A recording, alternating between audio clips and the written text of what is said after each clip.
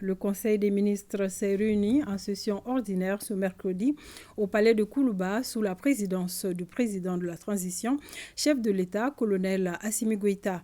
Avec moi sur ce plateau, Ibrahim Djombélé pour la lecture du communiqué du Conseil. Bonsoir Ibrahim. Bonsoir, Mariam Koné.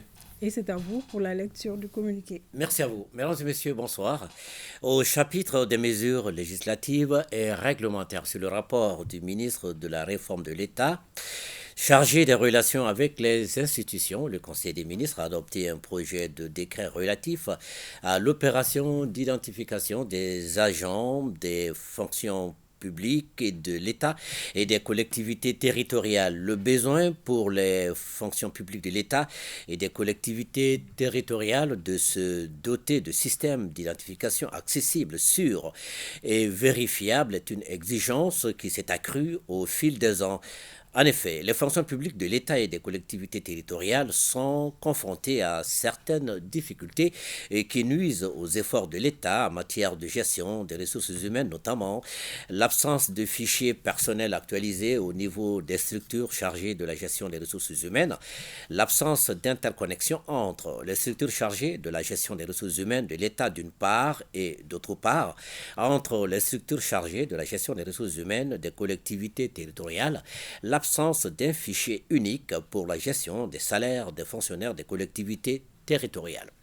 En vue d'apporter des réponses appropriées à ces difficultés, le gouvernement a décidé de mettre en place un système intégré de gestion des ressources humaines intégrant les données biométriques du recensement administratif à vocation d'état civil. Le projet de décret adopté permettra la mise en œuvre de l'opération d'identification des agents des fonctions publiques avec pour objectif de maîtriser les effectifs et la masse salariale des agents des fonctions de l'État et des collectivités territoriales, de disposer d'une base de données fiables sur les ressources humaines de l'État et des collectivités territoriales, de moderniser la gestion administrative et salariale des fonctions publiques de l'État et des collectivités territoriales, de mettre en conformité les données des fonctions publiques de l'État et des collectivités territoriales avec celles du recensement administratif à vocation d'état civil, de disposer de statistiques sur la situation des agents des fonctions publiques de l'État et des collectivités territoriales, de disposer d'outils de gestion prévisionnelle des emplois et des compétences. Sur le rapport du ministre de la Jeunesse et des Sports chargé de l'instruction civique et de la construction citoyenne, le Conseil des ministres a adopté des projets de texte relatifs à la création, à l'organisation et aux modalités de fonctionnement et au cadre organique de l'inspection de la jeunesse et des sports et de la construction citoyenne.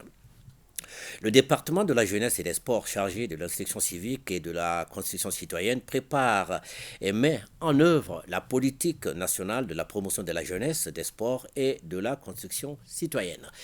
Pour la mise en œuvre de cette attribution, il dispose de plusieurs services et travaille avec des structures associatives reconnues d'utilité publique qui reçoivent les ressources publiques et qui ont besoin d'appui conseil pour renforcer leur gouvernance et la transparence de leur fonctionnement.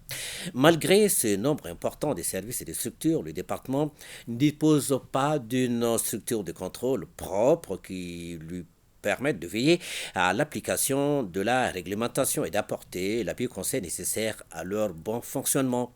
Le projet de texte adopté crée l'inspection de la jeunesse, des sports et de la constitution citoyenne avec pour mission d'assurer le contrôle et de veiller au respect et à l'application des dispositions législatives et réglementaires, notamment celles relatives à la gestion administrative, financière et matérielle par les services et organismes relevant du ministère en charge de la jeunesse, des sports et de la construction citoyenne. Au chapitre des mesures individuelles, le Conseil des ministres a procédé à des nominations.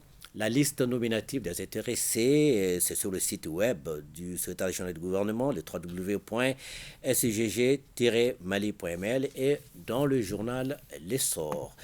Au chapitre des communications, le ministre de la Santé et du Développement social a informé le Conseil des ministres de la situation épidémiologique du pays, marquée notamment par une stagnation du nombre de cas testés positifs de la maladie à coronavirus par rapport à la semaine précédente, par une augmentation du nombre de cas confirmés de dengue comparé à celui de la semaine précédente. Le président de la transition, chef de l'État, a appelé la population au respect strict des mesures de prévention et de lutte contre les maladies. Avec vous pour la suite du journal. Merci. Merci Ibrahim.